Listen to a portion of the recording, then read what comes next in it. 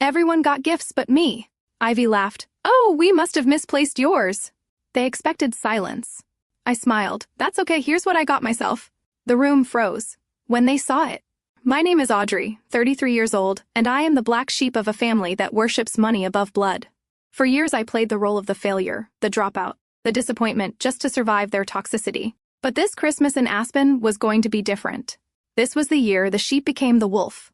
Before I continue this story, let me know where you are watching from in the comments below. Hit like and subscribe if you have ever had to stand up to family who underestimated your worth. We were gathered in the main dining hall of a $10 million chalet in Aspen, Colorado. Outside, a blizzard was burying the mountains in white, but inside the fire was roaring, and the room smelled of roasted duck and expensive perfume. My mother, Pamela, stood at the head of the table holding a champagne glass. She looked like royalty in her velvet dress, but her eyes were cold as ice. She tapped her glass for attention. I want to propose a toast, she said, smiling at everyone except me. To my wonderful daughter, Brittany, and her brilliant husband, Damon. Thank you for making our family name proud, and for upholding our legacy. Brittany beamed, squeezing Damon's hand. I sat at the far end of the table picking at my napkin. I was wearing a sweater from Target while Brittany was draped in Chanel. The contrast was deliberate. Tonight was the gift exchange, and I knew exactly what was coming. Pamela reached under the tree and pulled out a small box wrapped in gold paper. For Damon, she announced. He opened it to reveal a Patek Philippe watch worth more than my entire college tuition. Thank you, Pamela, Damon said, sliding it onto his wrist and glancing at me with a superior smirk. It is good to be appreciated. Next was Brittany. My mother handed her a small, heavy box. Brittany screamed before she even opened it. Inside was a set of car keys with the Porsche crest. It is the new Cayenne Turbo, parked in the heated garage, Pamela said softly. You deserve the best for being the face of our family. Brittany jumped up and hugged our mother, squealing with delight while I sat there in silence. The air in the room grew heavy. Everyone knew it was my turn. The laughter died down. Damon checked his new watch, pretending to be bored. Brittany sat back down, clutching her keys, looking at me with pity. Pamela walked slowly back to the tree. There were no more gold boxes, no more ribbons. She reached behind a pile of gifts and pulled out a thin, plain white business envelope. It looked like a utility bill. She walked over to me and slid it across the mahogany table. It stopped right in front of my empty plate. The sound of paper sliding on wood seemed to echo in the silent room. Open it, Brittany urged, giggling. Maybe it is a gift card. I looked up at my mother. Her face was a mask of fake sympathy. Audrey, I know things have been hard for you since you quit medical school, she said loud enough for the staff in the kitchen to hear. We did not think a lavish gift was appropriate given your situation. We think this suits your current lifestyle better. I stared at the envelope. I could feel the heat rising in my cheeks, not from shame, but from a cold, burning anger. They thought I was broke. They thought I was helpless. I reached out and touched the paper. It was light, flimsy, just like their love for me. I tore it open slowly. Inside, there was no check, no cash. Just a single sheet of paper with a breakdown of costs. $400 for groceries, $200 for utilities. It was an invoice for my existence at their Christmas dinner. My hands trembled slightly as I pulled the single sheet of paper from the envelope. It was not a check. It was not a gift card. It was an invoice printed on my mother's personal stationery.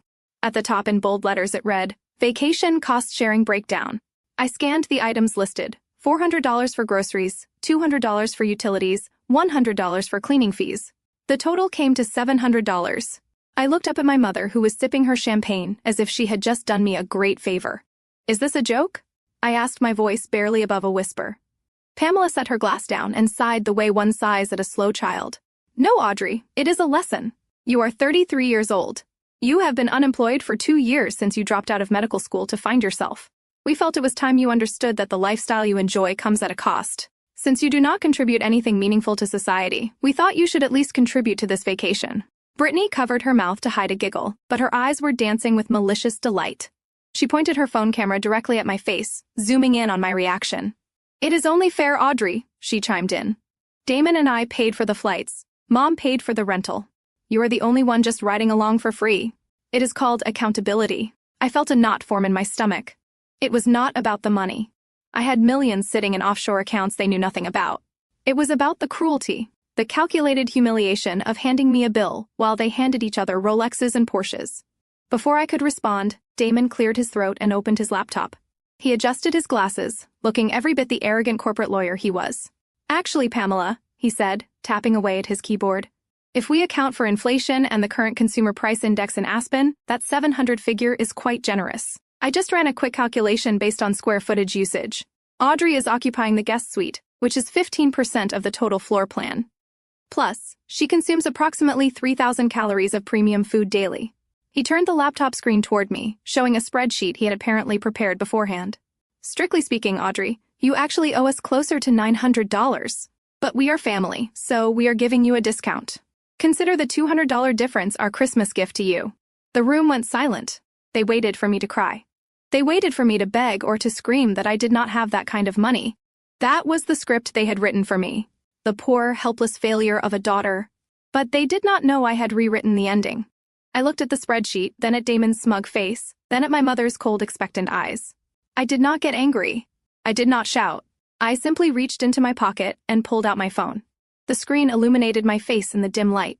Fine, I said, keeping my voice steady. $700. Who should I send it to? Pamela blinked, surprised by my lack of emotion. You can transfer it to my personal account, she said stiffly. But do not think this buys you any special treatment. You are still expected to help the staff clear the table. I tapped my screen a few times. A soft ding echoed from my mother's purse on the floor. Transaction complete, I said, sliding my phone back into my pocket. Now that we have settled my debt for the food, perhaps we can move on to the next item of business. I reached down to the floor and picked up the small black box I had brought with me.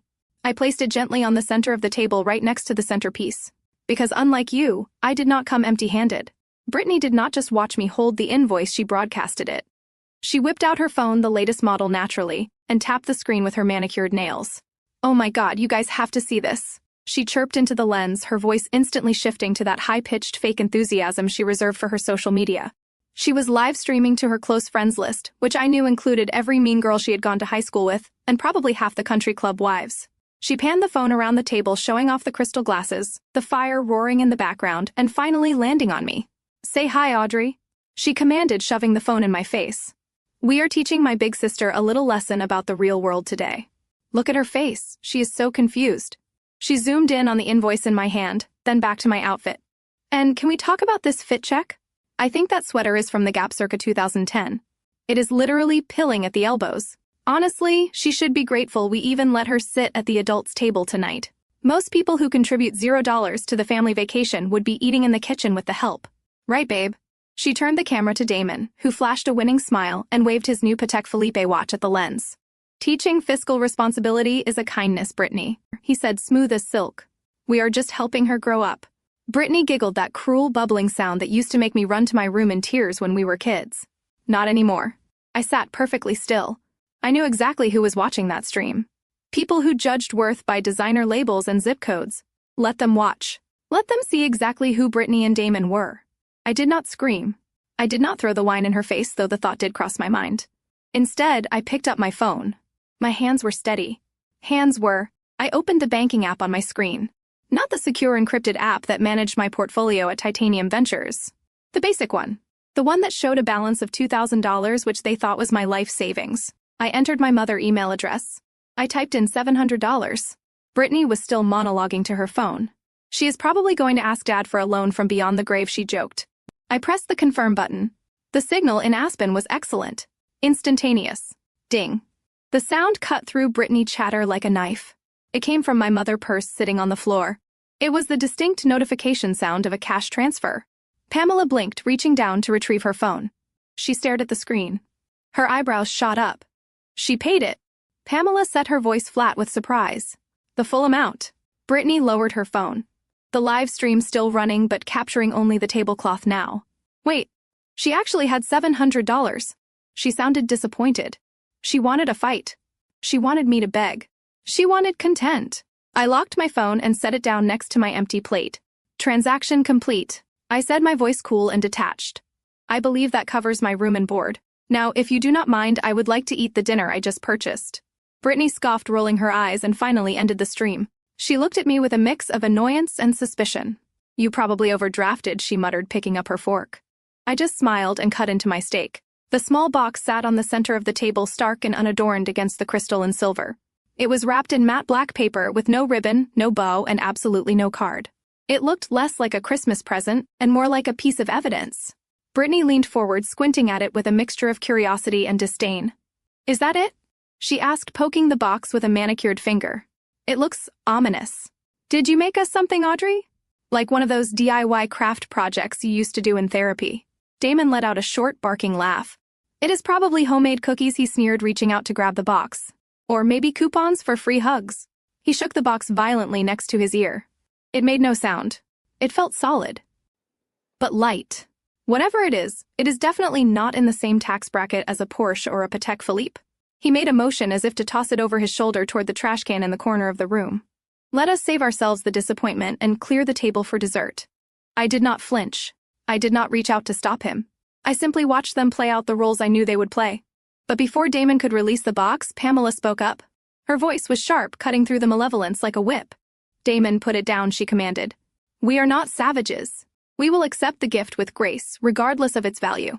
It is the thought that counts after all, even if the thought is minimal. Damon rolled his eyes but obeyed, tossing the black box back onto the table where it slid and hit the pepper shaker. Pamela picked it up using only her fingertips as if she were worried it might be sticky or contaminated. She walked over to the towering Christmas tree, which was already overflowing with designer bags and orange Hermes boxes. She knelt down and tucked my black box deep into the back behind a large gift basket of imported truffles. There, she said, dusting off her hands. We will open it when we open everything else on Christmas morning. Actually, I interrupted, my voice cutting through the air. Not Christmas morning. That box is to be opened at midnight on New Year's Eve. Consider it a way to ring in the new year. A fresh start for everyone. Brittany groaned, throwing her head back. Oh my God, you have to make everything so dramatic. Is it a time capsule or something? That is so cringe, Audrey. Seriously, just let us open it now so we can pretend to like it and move on. No, I said, firmly taking a sip of my water. Midnight on the 31st. That is the condition. If you open it before, then the gift becomes void. Pamela sighed, clearly exhausted by my presence. Fine, Audrey. Whatever makes you feel important. We will open your little mystery box on New Year's Eve. Now, if you are quite finished being mysterious, could you please help the staff clear these plates? We have a spa appointment in 45 minutes, and I do not want the smell of gravy lingering in the air. They all stood up, their chairs scraping against the hardwood floor, turning their backs on me and the table. They walked away, talking about massage treatments and ski slopes, completely forgetting about the black box hidden in the shadows of the tree. They had no idea that they were sleeping next to a ticking time bomb. Inside that box was not cookies or crafts. It was the legal paperwork that would strip them of the very company they were boasting about. I watched them leave, a small cold smile finally touching my lips. Enjoy the spa, I whispered to the empty room. It will be the last luxury you enjoy for a very long time. Dinner concluded not with warmth, but with a flurry of activity as my family prepared for their next indulgence. Pamela clapped her hands, signaling the end of the meal. Chop chop, everyone, she announced, checking her watch. The limousine will be here in 10 minutes to take us to the Alpine Sanctuary Spa. I booked the midnight rejuvenation package. It is the only way to recover from a meal this heavy. Brittany squealed, clapping her hands together. Oh, thank God. My pores are literally screaming for a diamond dust facial. Damon stood up, stretching his arms. A hot stone massage sounds like exactly what I need after dealing with all the stress of the business. I stood up too, reaching for my coat, which was draped over the back of my chair. I assumed I was coming. After all, a family vacation usually implied doing things as a family. Damon held up a hand, stopping me in my tracks. Where do you think you are going, Audrey? He asked, his voice dripping with condescension. I paused, my hand hovering over my coat. To the spa, I replied. Mom said she booked a package. Pamela sighed, adjusting her diamond earrings in the reflection of the window. I did book a package, darling, she said without turning around. But it is the Platinum Family Estate package. It strictly covers 4 people. Me, Brittany, Damon, and little Leo. The resort is very strict about capacity limits. I looked around. Brittany's son Leo was currently asleep in the nursery upstairs with the nanny. You are taking a 2-year-old to a midnight spa session instead of your sister, I asked. Brittany stepped in, fixing me with a glare. Leo has sensitive skin, Audrey. The mineral waters are good for him. Besides, the membership requires the same last name or legal dependents. You are neither. You are. You are just here. So, what am I supposed to do? I asked, feeling the familiar sting of exclusion. Pamela gestured vaguely at the table filled with dirty dishes and wine-stained napkins. Well, since you are staying behind, you can make yourself useful. The cleaning staff does not come until morning, and I hate waking up to a mess. Clear the table, load the dishwasher, scrub the pots. Consider it part of your contribution to the household expenses, since you were so eager to pay your way earlier. Damon laughed, clapping me on the shoulder hard enough to sting. Do not worry, Audrey. Getting your hands dirty builds character. Maybe if you scrub hard enough, you will wash away some of that failure. They swept out of the room in a cloud of expensive cologne and fur, leaving me standing alone in the silence. The heavy oak front door slammed shut, and moments later I heard the crunch of tires on snow as their limousine pulled away. I was alone. I walked over to the sink and turned on the tap. The water was freezing, but I did not adjust it. I picked up my mother wine glass, scrubbing away her lipstick stain. The house was quiet. Too quiet. Suddenly, my phone buzzed in my back pocket. One short, sharp vibration. I dried my hands on a dish towel and pulled it out. The screen glowed in the semi-darkness. It was a message from my personal assistant at Titanium Ventures. It read, simply, Phase 1 activated. The bank just notified Damon of the credit freeze. They have no idea what is coming. I looked at the message and then at the dirty dishes. I set the phone down and picked up a sponge. Let them have their spa. By tomorrow morning, they would not even be able to afford a bar of soap. The chalet was silent except for the wind howling against the timber beams. It was 2 a.m, and the family had returned from their spa treatment hours ago, glowing with expensive oils and false contentment. I was still awake, sitting in the darkened kitchen, nursing a glass of water.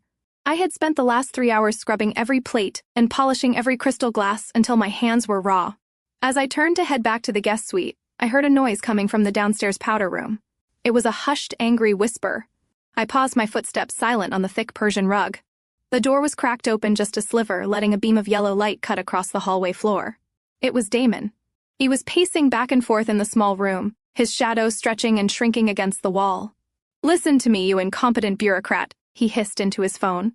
"I do not care what the compliance department says. We have a liquidity issue, not a solvency issue. There is a difference." I pressed myself against the wall, holding my breath. Damon was usually so composed, so arrogant with his legal jargon and his Patek Philippe watch. But now he sounded like a cornered animal. There was a pause as the person on the other end spoke. "No, you cannot freeze the operating accounts." Damon snapped, his voice rising in panic before he caught himself and lowered it again. "If you freeze those accounts, payroll bounces on Friday. Do you know what happens if the staff at the hotel do not get paid? The unions will eat us alive." I took a sip of water, letting the cool liquid calm my racing heart. This was it. Phase 1 was working faster than I anticipated. My team at Titanium Ventures had obviously executed the credit freeze I ordered.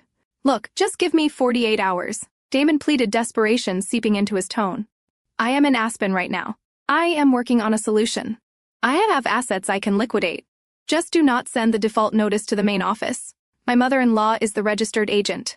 If she sees that letter..." He stopped listening again. Then he slammed his hand against the marble vanity. $5 million is nothing, he lied through his teeth. "The company is valued at $50 million. We are good for it. I just need time to move some capital around. $5 million. The number hung in the air. I knew things were bad, but I did not realize they were underwater by $5 million. And the worst part was not the debt itself. It was the deception. Pamela and Brittany were sleeping upstairs, dreaming of their perfect life, believing they were royalty.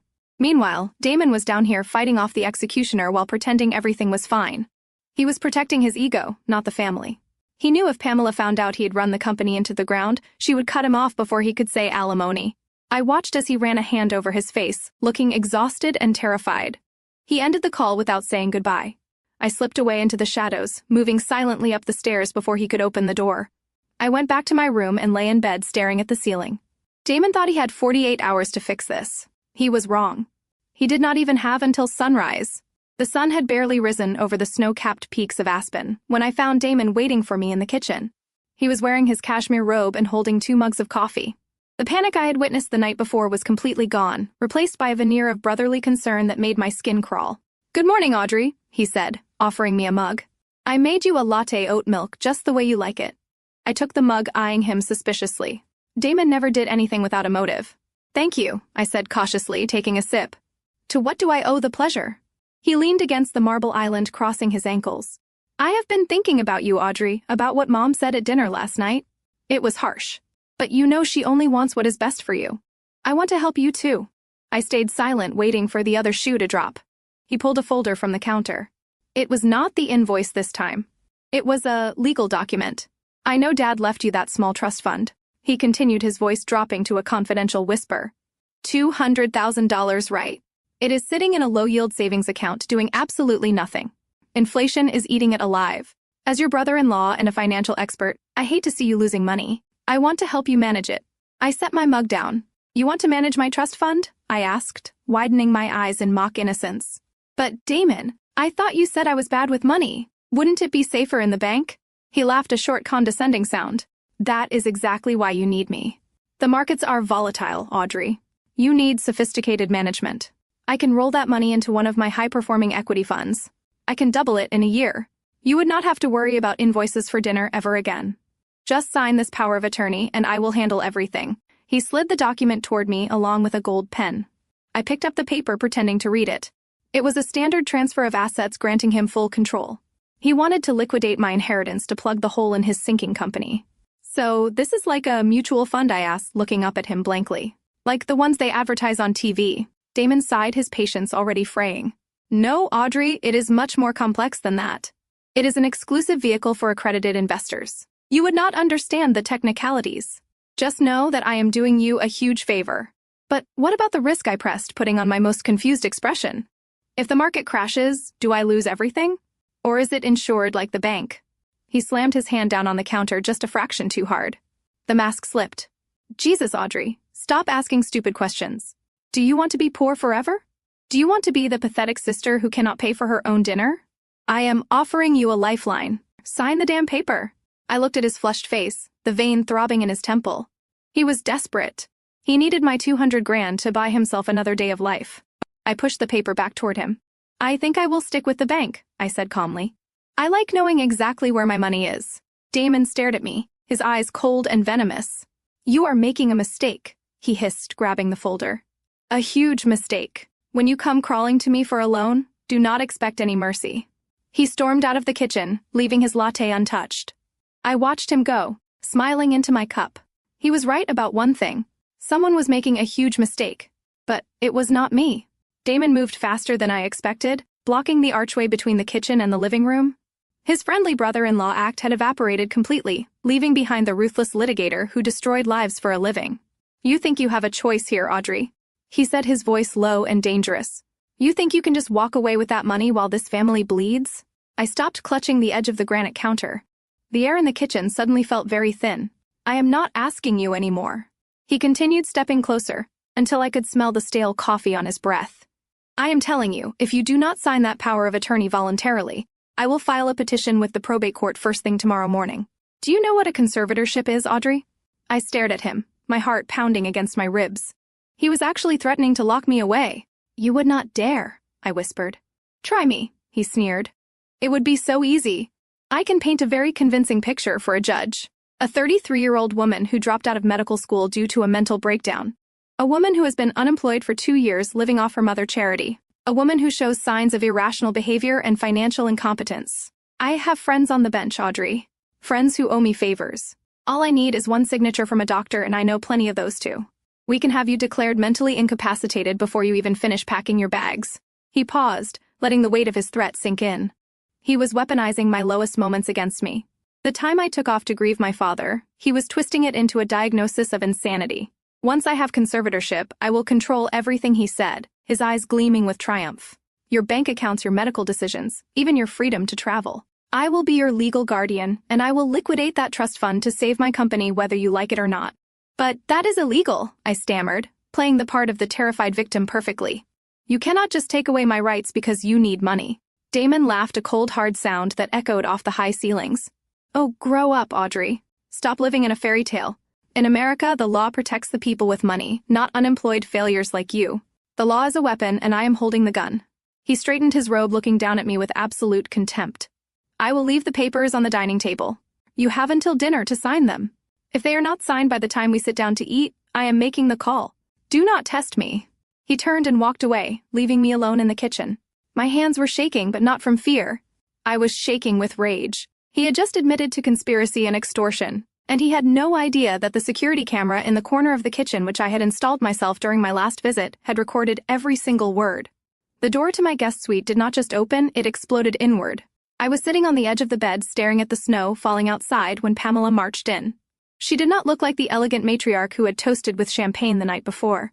Her hair was slightly disheveled, and her eyes were wild with a mix of panic and fury. Damon told me everything, she announced, slamming the door behind her. He told me you're refusing to help the family. He told me you are choosing to let us sink. I stood up, clutching my phone tighter. Mom, it is not that simple, I started, but she cut me off with a wave of her hand.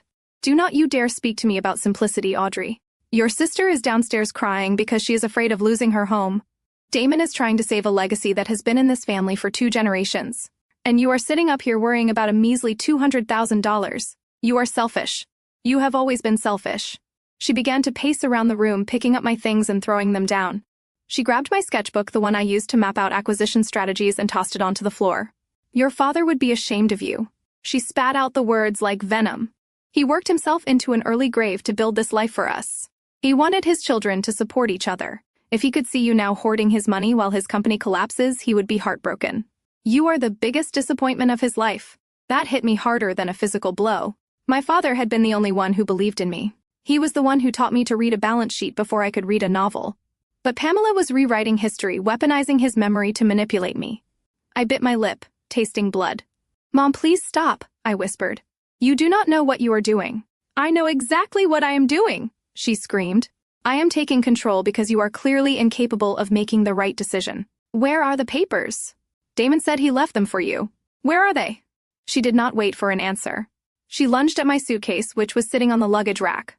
She unzipped it violently and started ripping the contents out. My clothes, my toiletries, my books flew across the room. It was a violation. It was the desperate act of a woman who was losing her grip on her power. I stood frozen, watching my mother ransack my room like a common thief. Finally, she found the folder tucked under my pillow. She held it up triumphantly, shaking it in the air. Here it is.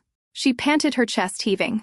She marched over to me and shoved the folder into my chest hard enough to make me stumble back. Sign it, Audrey. Sign it right now, or so help me God, you are no longer my daughter. You will be dead to us. You will walk out into that snow and never come back. I looked at her face. There was no love there, only greed and fear. She was willing to strip me of everything just to keep up appearances for 1 more month. I took the folder. My hands were shaking, but my mind was crystal clear. If I signed this, I gave them a lifeline. If I refused, they would kick me out before I could execute the final phase of my plan. I needed to buy time. I needed them to think they had won. I looked at the pen she was holding out to me. It was a gold Mont Blanc pen engraved with my father's initials. The irony was suffocating. I reached out and took the pen. I held the pen hovering over the signature line, but I did not write. Instead, I pulled my knees up to my chest and clutched my battered leather backpack against my stomach. It was a reflex, a defensive posture I had learned as a child when the shouting started. Please, Mom. I whispered, my voice trembling just enough to sell the performance. This money is my safety net. It is the only thing Dad left me. If I sign this, I have nothing. I cannot just give it up. Brittany, who had been watching from the doorway, stepped into the room. She looked at my backpack, her eyes narrowing. Look at how she is holding that bag, Mom, she said, pointing a perfectly manicured finger. She is hiding something else. I bet she has cash in there. Or maybe checks she has not deposited. She never holds on to anything that tightly unless she does not want us to see it. No, I cried, pulling the bag tighter. It is just my personal things. Please leave it alone. That was all the invitation Brittany needed. She crossed the room in 3 strides and snatched the backpack from my arms. I let her take it, offering just enough resistance to make it look real, but not enough to stop her. She dumped the contents onto the floor. My laptop, my wallet, and a thick sketchbook slid across the carpet. Brittany kicked the laptop aside and grabbed the sketchbook. She flipped through it, laughing cruelly. Look at this, Mom. Drawings. She is 33 years old and she is still drawing pictures of buildings like a kindergartner. She held up a sketch of a modern glass skyscraper I had designed. It was actually the headquarters for Titanium Ventures, but she did not know that. To her, it was just a doodle. You think you are going to be an architect, Audrey? She sneered.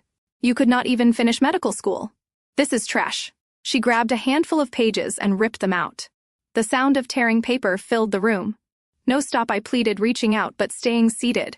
Brittany laughed and ripped more, throwing the crumpled pages at my face like confetti.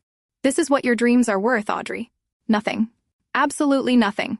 She tossed the ruined binder onto the floor and stepped on it with her snow boot, grinding the graphite into the carpet. Now stop being a baby and sign the papers Mom gave you. Or do I need to see what else I can break? I looked at the shredded remains of my work, then up at my mother. Pamela did not stop her. She just stood there, tapping her foot, waiting. They thought they had broken me. They thought I was crying because I was weak. But behind my hands I was memorizing every detail. Brittany had just destroyed property and used intimidation. Add that to the list of charges. The smell of maple syrup and sizzling bacon woke me up the next morning. My stomach rumbled violently, reminding me that I had not eaten since the flight to Aspen 2 days ago. I walked down to the dining room hoping that maybe, just maybe, the previous night was a nightmare. It was not. The family was gathered around the table, which was laden with platters of fruit pastries and eggs Benedict. But there were only 3 place settings. My spot at the end of the table was bare. No plate, no silverware, not even a glass for water. I stood in the doorway watching them eat. Brittany was feeding little Leo a piece of croissant while Damon scrolled through his phone, likely checking if his company had imploded yet. Pamela was the first to acknowledge me. She did not look up from her plate as she cut a piece of ham. Hunger is a powerful motivator, is it not, Audrey? She said, her voice calm and conversational. I stepped into the room, my hands clenched at my sides. Mom, what is this? Am I not allowed to eat now? Pamela finally looked up. Her eyes were devoid of any maternal warmth. Food costs money, Audrey. And as we established yesterday, you have no money. Unless, of course, you have decided to sign the papers Damon gave you. If you sign, you can sit down. You can have coffee, you can have a hot meal. If not, the kitchen is closed. I looked at the spread of food. It looked delicious, but it smelled like blackmail. I am not signing, I said quietly. I am not giving Damon control of my future. Pamela dropped her fork onto her plate with a loud clatter. The sound made everyone jump. Then you are no longer welcome in this house, she announced, standing up. I will not harbor a parasite. You have 1 hour to pack your bags and leave. I looked toward the floor-to-ceiling windows. Outside, the snow was falling in thick white sheets. The wind was howling, shaking the glass in its frames. The news had warned of a severe blizzard, with temperatures dropping to 10 below zero. Mom, it is a blizzard out there, I said, my voice rising in disbelief. You cannot kick me out in this weather. The roads are closed. I could freeze to death.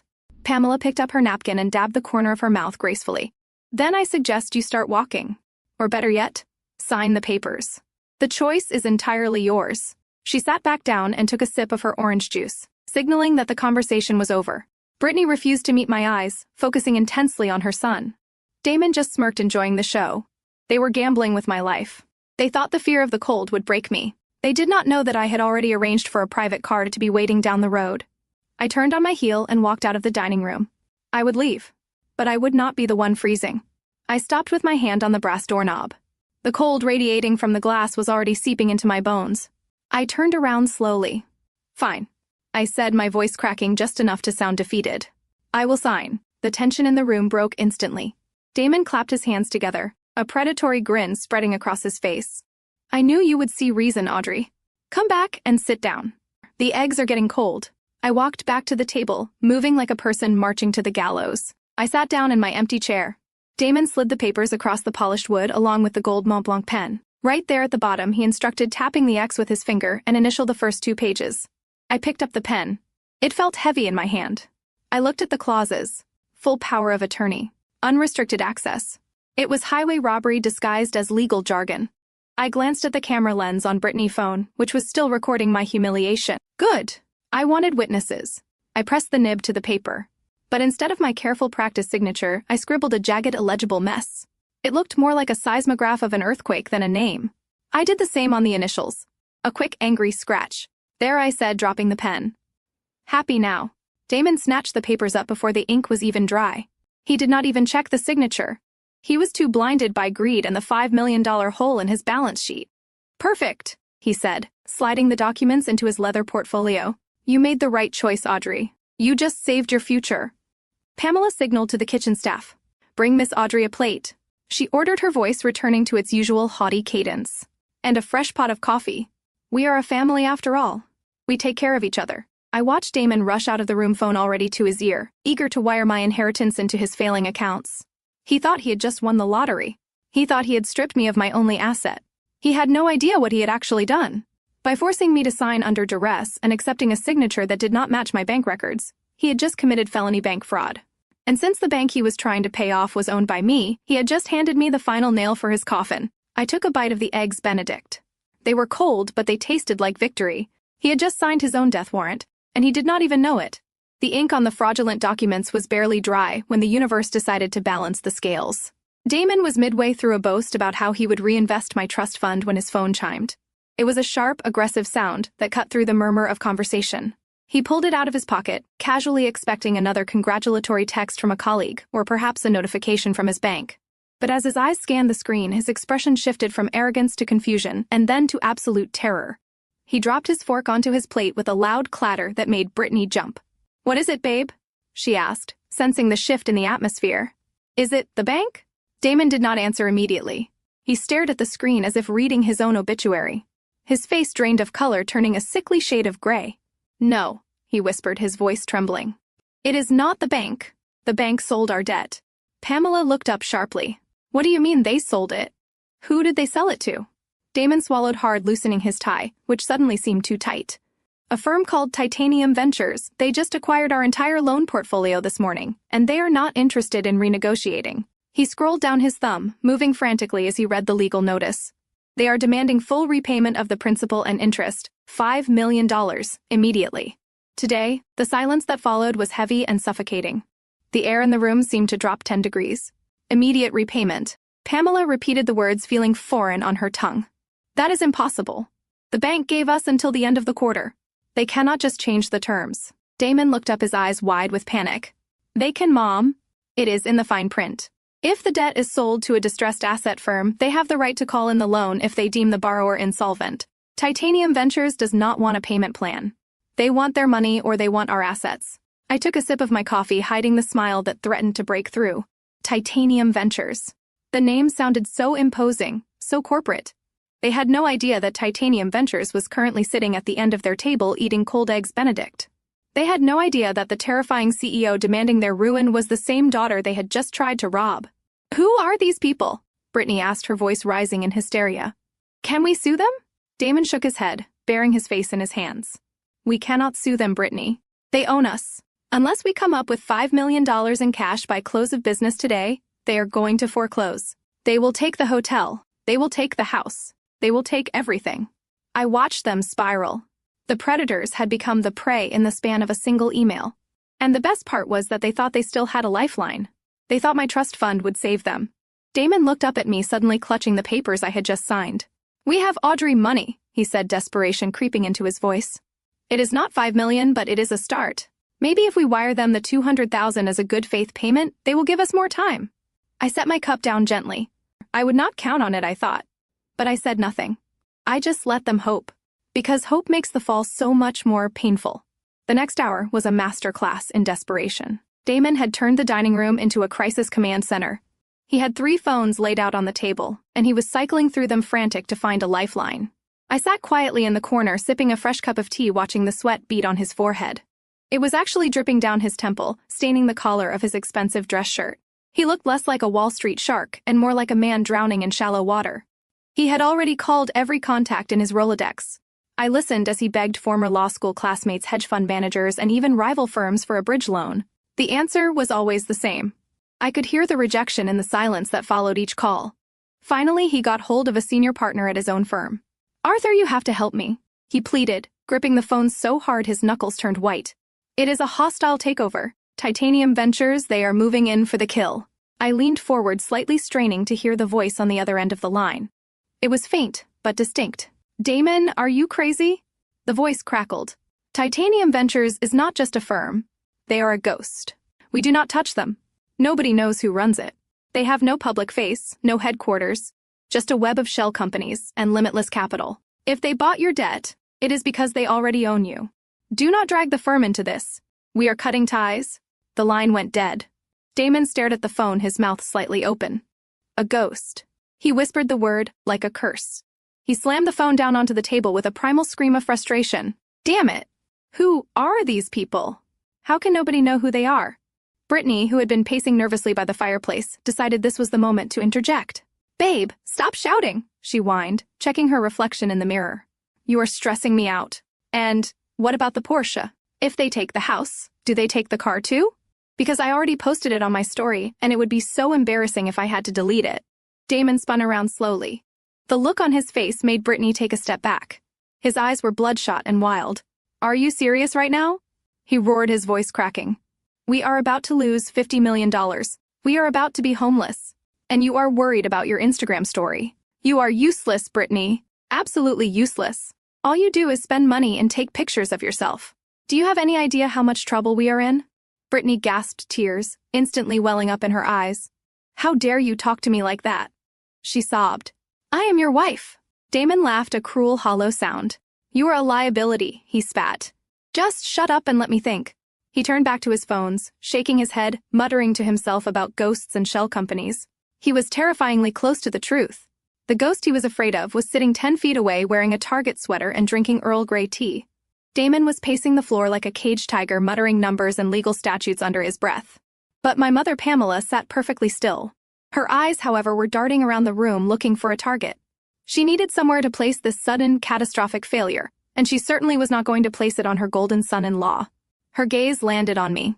I was sitting in the wingback chair by the window, quietly reading a paperback novel and sipping my tea. The calmness of my demeanor seemed to trigger something primal in her. It is you, she whispered. Her voice was low, but it carried across the room with terrifying clarity. I lowered my book slowly, marking my page with a finger. Excuse me, Mom? I asked. It is you, she repeated louder, this time standing up. You are the bad omen. You are the black cloud hanging over this family. Ever since you arrived in Aspen, everything has gone wrong. First the weather, then the mood, and now this. You brought this negative energy into our lives. She walked over to me, her hands shaking with rage. You are a jinx, Audrey. You always have been. Even when you were a child, things would break when you were around. Plans would fall apart. And now you sit here drinking tea while your sister's future is being destroyed. Do you not have a shred of empathy in your body? Or are you enjoying this? I looked at her steadily. It was fascinating to watch the mental gymnastics required to blame a global financial acquisition on a daughter wearing a sweater from Target. I took a deliberate sip of my Earl Grey, letting the bergamot settle on my tongue before answering. I failed to see how my presence caused a global investment firm to acquire a distressed asset portfolio, Mom. That seems like a matter of poor financial leverage and bad management, not bad vibes. Pamela's face turned a shade of purple I had never seen before. She snatched the book from my hands and threw it across the room. It hit the wall with a dull thud, damaging the spine. Stop talking about things you do not understand, she shrieked. You are poison, Audrey. You infect everything you touch. You are the reason your father died early because you stressed him out with your failures. And now you are the reason we are losing this house. The accusation about my father was a low blow even for her, but I did not flinch. I did not give her the satisfaction of a tear. I simply stood up, brushing an imaginary speck of dust from my pants. If my presence is so destructive, I will remove myself to the library, I said calmly. I would hate for my negative energy to interfere with your bankruptcy proceedings. I walked past Damon, who was too busy weeping into his hands to notice me. I climbed the stairs, listening to my mother screaming at the empty air. She called me a jinx. She called me a curse. She was wrong. I was not a jinx. I was karma. And I was just getting started. While my mother was busy cursing the universe upstairs, Brittany decided it was time for her to save the day. She wiped her tears and pulled a portable ring light out of her designer handbag. She set it up on the mantel above the fireplace, adjusting the brightness until it illuminated her tear-stained face perfectly. She believed that her 50,000 followers were a veritable army ready to march into battle for her. She tapped the record button, and her face instantly transformed from genuine misery to a practice performance of vulnerability. Hey guys, she whispered into her phone, her voice trembling just the right amount. I do not usually do this, but my family is going through a really hard time right now. We are being targeted by some really bad people who want to take away our legacy. I just started a GoFundMe page to help us fight back. Every little bit helps, even just $5. Please swipe up to donate and keep our dream alive. I watched from my chair, astounded by the sheer delusion. She was trying to crowdfund a $5 million corporate debt from teenagers who followed her for makeup tips. It was pathetic, but Damon's reaction was explosive. He had been on the phone with another rejection, but the word GoFundMe caught his ear like a gunshot. He crossed the room in 2 long strides and snatched the phone out of Brittany's hand. The ring light toppled over, crashing onto the stone hearth. Brittany shrieked, reaching for her device. What are you doing, Damon? I was recording. Damon stared at her, his face twisting with disbelief and rage. He looked at the screen where the donation page was already titled, Help the Wilson Family Keep Their Home. He tapped the delete button violently, his thumb hitting the screen hard enough to crack it. Are you insane? He shouted, throwing the phone onto the sofa. Do you have any brain cells left in that head of yours? You are begging strangers for money on the internet. I was trying to help, Brittany yelled back, her face flushing red. I have loyal followers, Damon. They love me. They would help us. Damon laughed, a harsh barking sound that had no humor in it. They do not love you, Brittany. They watch you because you are rich and pretty. If they find out we are broke, they will not send money. They will laugh at us. Do you want the whole world to know we are insolvent? Do you want Titanium Ventures to see this and know we are desperate? You are not saving our reputation. You are destroying it. He ran his hands through his hair, pulling at the roots. We are trying to negotiate a deal here. We need to look strong. We need to look like we have options. If they see you begging for $5 online, they will know we have nothing. You are making us look like a charity case. Brittany shrank back into the sofa cushions, clutching her phone to her chest. I just wanted to do something, she whimpered. Damon turned his back on her, unable to even look at his wife. Then do nothing, he snapped. Sit there and be quiet. That is the only way you can help right now. The room fell silent again, save for Brittany quiet sobbing. The great influencer had been silenced. The golden couple was cracking apart at the seams. And I just sat there, sipping my tea, watching the empire crumble one Instagram post at a time. The silence in the living room was thick enough to choke on. Damon sat with his head in his hands, the picture of a defeated man, while Brittany scrolled aimlessly through her phone, her earlier bravado completely extinguished. Pamela was staring out the window at the blizzard, her face a mask of bitter calculation. I decided it was time to gently nudge the dominoes I had set up. I cleared my throat softly, setting my teacup down on the saucer with a deliberate clink. You know, I said, keeping my tone light and hesitant. I read an article in the Wall Street Journal a few weeks ago about firms like Titanium Ventures. They specialize in distressed assets, but their strategy is usually operational. They do not just want to strip assets, they want to turn them around. Damon lifted his head slowly, his eyes bloodshot and filled with irritation. What are you babbling about, Audrey? I am trying to save a company here. I do not need a book report. I ignored his tone and continued pressing the bait into the water. I am just saying I continued playing the part of the helpful naive sister. Since they are an investment firm, they probably do not have people on the ground here in Aspen. They do not know the local market or the staff or the vendors. Maybe they are looking for a local operating partner, someone to run the hotel for them while they manage the financials. If you approach them with a plan to stay on as management, maybe they would renegotiate the debt. I watched the idea land. I saw the flicker of hope in Pamela's eyes. But Damon's ego was a fortress that could not be breached by logic, especially when that logic came from me. He let out a harsh, derisive laugh. Oh my God, he groaned, rubbing his temples. Did you hear that, Pamela? Audrey thinks she understands high finance because she read one article. He turned to me, his expression dripping with condescension. Listen to me very carefully, Audrey. This is mergers and acquisitions. This is the big leagues. It is not running a lemonade stand or selling crafts on Etsy. Titanium Ventures does not want partners. They want blood. They are sharks, and sharks do not negotiate with the bait. But what if she is right? Pamela interjected, her survival instinct kicking in. What do we have to lose, Damon? If we offer our expertise, maybe they will let us keep a minority stake. We know the hotel better than anyone. Damon slammed his hand on the table, making the silverware jump. Because it is a waste of time, Mom. And I do not have time to waste on fantasies cooked up by a medical school dropout. He glared at me, pointing a finger. Do us all a favor, Audrey. Imming and sit there. Let the adults handle the business. Go back to your coloring book or whatever it is you do all day. You know nothing about this world. I picked up my book again, hiding my face. I knew nothing about this world, he said. The irony was delicious.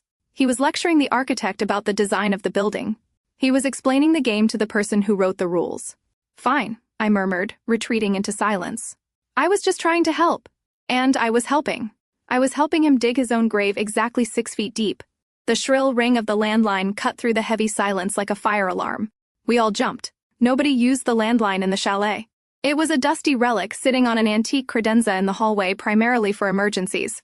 Damon stared at it for a second, his eyes wide with a mix of fear and anticipation.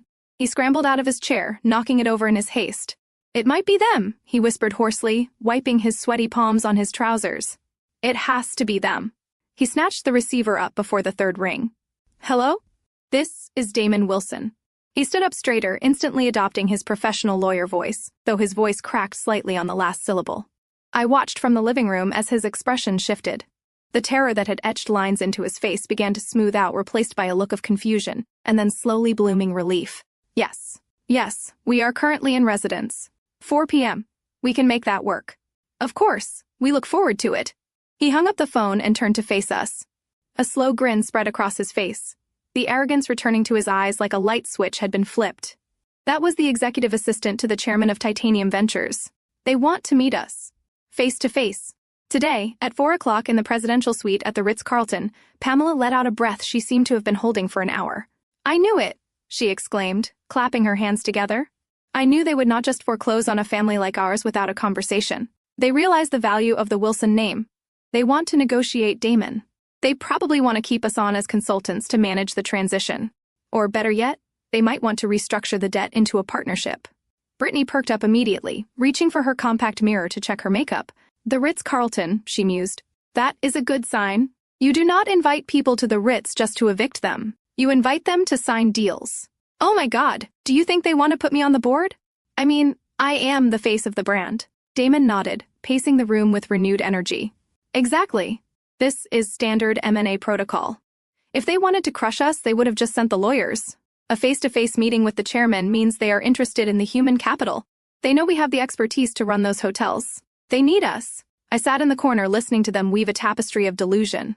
It was fascinating and horrifying in equal measure. They were drowning men, convinced that the shark circling them was actually a dolphin coming to save them. They had no idea that the meeting was not a negotiation, it was a sentencing hearing. And the chairman they were so eager to impress was currently sitting 10 feet away wearing leggings and drinking tea. "Get ready, everyone," Pamela commanded, clapping her hands again. "I want us to look impeccable. Wear the Armani suits. Brittany, wear the pearls grandmother gave you. We need to show them that we are equals. We need to walk into that room like we own the place. Because after today, we just might own it again." I watched them scatter, running up the stairs to preen and polish themselves for their execution. They were so confident, so sure of their own importance. I took a sip of my tea. They were going to walk into the Ritz-Carlton like kings and queens. But they were going to crawl out like beggars. The atmosphere in the chalet shifted from panic to a frantic, orchestrated chaos. Damon had turned the library into a war room. The printer was humming rhythmically, spitting out page after page of graphs and spreadsheets. I stood in the doorway watching him collate the documents into leather-bound binders. He was moving with the manic energy of a man who believed he could bend reality to his will. I knew exactly what he was doing. I could see the file names on his laptop screen, adjusted EBITDA projections, asset evaluation models. He was cooking the books. He was preparing to walk into a meeting with a sophisticated institutional investor and present financial data that was at best optimistic and at worst criminal fraud. He looked up and saw me standing there. His eyes narrowed, assessing me not as a person, but as a prop in his stage play. He reached behind his desk and grabbed a garment bag, tossing it at me. It landed at my feet with a soft thud. "Put this dress on," he commanded. "It is a black sheath dress, conservative, boring, invisible. I want you to look professional, but I do not want you to draw focus." I picked up the bag. "Why am I coming?" I asked. "I thought I was a jinx." Damon stood up, buttoning his suit jacket. "You are a jinx, Audrey, but you are also a Wilson. Or at least you have the last name. We need to present a united front. Family businesses appeal to these private equity types. It makes us look stable, legacy-oriented. I want them to see 3 generations of Wilson standing together to save our heritage." He walked over to me, stopping just inside my personal space. He adjusted his cufflinks, looking down at me with a sneer. "But let us be very clear about your role today. You are not there to offer opinions. You are not there to ask questions. You are there to sit in the corner, take notes if asked, and pour water if the pictures run low. Essentially, you are a gloried secretary. Do you understand?" He leaned in closer, his voice dropping to a harsh whisper. "Don't say anything. Just smile and nod. If you open your mouth and ruin this deal, I will make sure you regret it for the rest of your miserable life. Now go get changed. We leave in 10 minutes. I took the dress and walked out of the library. As I turned the corner, I glanced back at the binder he had left open on the desk. The top page showed a projected revenue growth of 20% for the next quarter. It was a complete fabrication based on occupancy rates that the hotel had not seen since 2019. He was walking into a due diligence meeting with forged numbers. He thought he was preparing a weapon to defend his company. In reality, he was handing me the smoking gun. I went to my room to change. I would wear the black dress. I would play the part of the silent secretary. And I would watch him hang himself with his own lies. The blizzard had turned the world into a chaotic white void. As we stepped out of the chalet, the wind howled like a wounded animal, stinging my exposed skin, even through my coat. A black Cadillac Escalade was waiting in the driveway, its engine idling, sending plumes of exhaust into the freezing air. It looked like a hearse. Damon was already in a state of high agitation, barking orders at the driver to keep the heat running. He turned to me and shoved his heavy leather briefcase into my chest. It hit me with a thud, knocking the breath out of me. "Hold this," he commanded, his eyes wild. "And Do not put it on the floor, the heater vents might damage the bindings. Just hold it on your lap and do not wrinkle the documents inside. That is the future of this family you are holding. I gripped the handle, feeling the weight of his fraud in my hands. I climbed into the front passenger seat while Damon, Pamela, and Brittany piled into the back. The hierarchy was clear. They were the executives. I was the help. The car pulled away from the chalet, sliding slightly on the ice before the snow tires found purchase. Inside the vehicle, the atmosphere was suffocating. The smell of expensive leather mixed with the sharp metallic scent of fear coming from the back seat. Damon was rehearsing his pitch, muttering key phrases under his breath. Synergy. Operational excellence. Legacy branding. He sounded like a broken record trying to convince himself as much as the invisible investors. Pamela was checking her reflection in the rearview mirror, smoothing her hair. Do I look authoritative? She asked no one in particular. I want them to know they are dealing with a matriarch, not just a shareholder. You look perfect, Mom. Brittany chirped, though her voice was shaking. You look rich. That is all that matters, right? I sat silently in the front, staring out at the passing pine trees which looked like ghosts in the snow. The briefcase was heavy on my knees. Underneath its bulk, I slid my phone out of my pocket. I kept it low, hidden from the rearview mirror. I opened the encrypted messaging app I used to communicate with my team. My thumb hovered over the screen. I could hear Damon in the back lecturing Brittany on how to shake hands properly. He was so busy trying to control the small details that he missed the avalanche coming straight for him. I typed a single sentence. The fish has taken the bait. I hit send. The message delivered instantly. A second later, a reply came back. The net is closing. See you in 20 minutes. I slid the phone back into my pocket and stared ahead at the winding road. We were driving toward the Ritz-Carlton, toward the luxury and the warmth. But for my family, we were driving straight into a slaughterhouse, and I was the one holding the knife. The transition from the biting cold of the blizzard to the hushed, golden warmth of the Ritz-Carlton lobby was jarring. We stepped inside, shaking the snow from our coats like commoners seeking shelter. The lobby was a cathedral of wealth with vaulted ceilings, crystal chandeliers, the size of small cars, and a fireplace that could roast a whole ox. Damon immediately straightened his spine, adjusting his suit jacket to hide the sweat stains that had formed during the car ride. He scanned the room, scanning for threats or opportunities. His eyes landed on a man standing near the concierge desk. A man in a bespoke navy suit, laughing with a bellhop. Damon froze. "Oh God," he whispered under his breath. "That is Julian from the Partners Committee. He cannot know I am here for a distressed debt meeting. He thinks I am skiing in Stad." Before Damon could retreat, Julian turned around and spotted us. His face lit up with recognition. "Damon Wilson," he boomed, walking over with his hand extended. "I thought that was you. What are you doing in Aspen? I thought you were strictly a Swiss Alps man." Damon put on his best courtroom smile, shaking Julian's hand vigorously. "Change of scenery. Julian, change of scenery. Brittany wanted to try the domestic slopes this year. You know how it is." Julian laughed, glancing at Brittany and Pamela. "Lovely to see you, ladies. You look radiant as always." Then his gaze shifted to me. I was standing slightly behind the group, struggling under the weight of Damon's heavy leather briefcase, and holding Brittany's fur coat, which she had thrust at me the moment we entered. I was wearing the plain black dress Damon had forced me into, and my hair was pulled back in a severe bun. Julian squinted slightly, trying to place me. "And who is this?" he asked politely. "Is this your sister-in-law? I believe we met briefly at the firm Christmas party a few years ago." Time seemed to stop. This was Damon's chance to show even a shred of decency, to acknowledge me as family. But I saw the calculation in his eyes. He was ashamed. He did not want a senior partner to know that his sister-in-law was the woman holding his bags like a pack mule. "No," Damon said quickly, his laugh nervous and high-pitched. "You are mistaken, Julian. This is Audrey. She is just our help. She travels with us to assist with the luggage and the heavy lifting. You know how hard it is to find good staff these days." Julian's expression cleared, and he nodded dismissively, losing all interest in me instantly. "Ah, I see. Well, good help is hard to find indeed." He turned his back to me, completely focusing his attention back on Damon. "We should grab a drink later, Damon. Catch up on the merger rumors." I stood there frozen.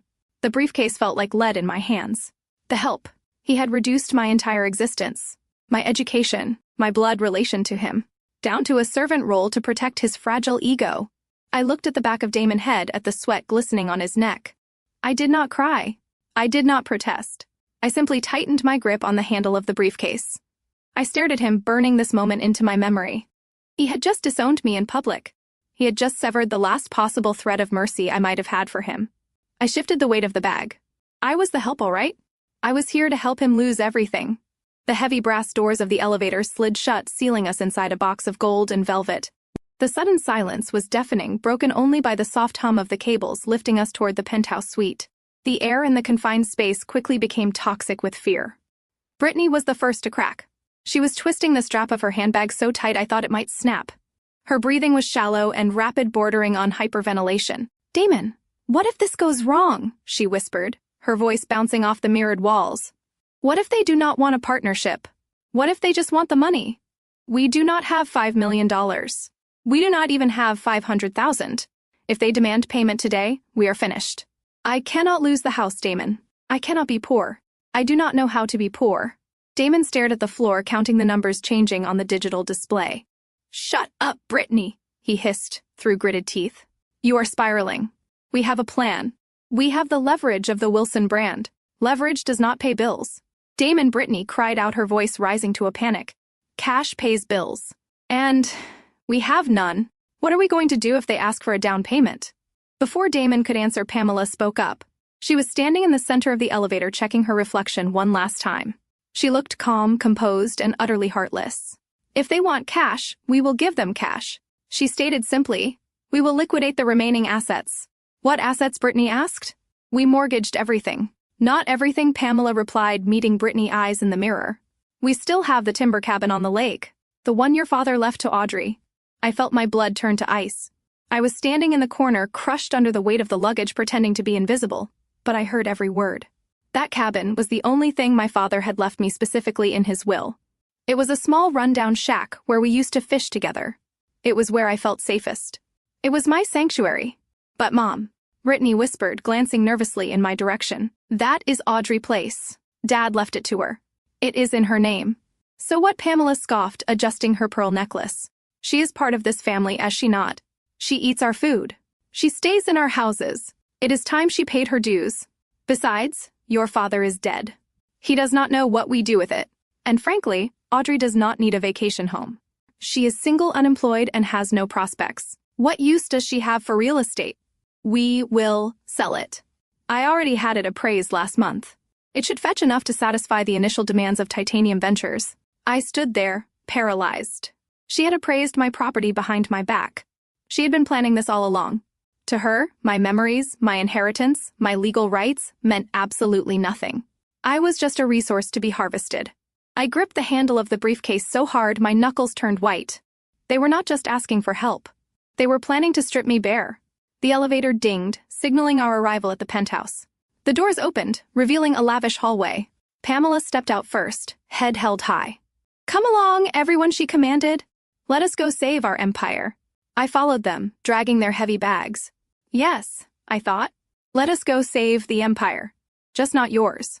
We stood before the massive double doors of the presidential suite. They were made of dark, polished mahogany and looked like the gates to a fortress.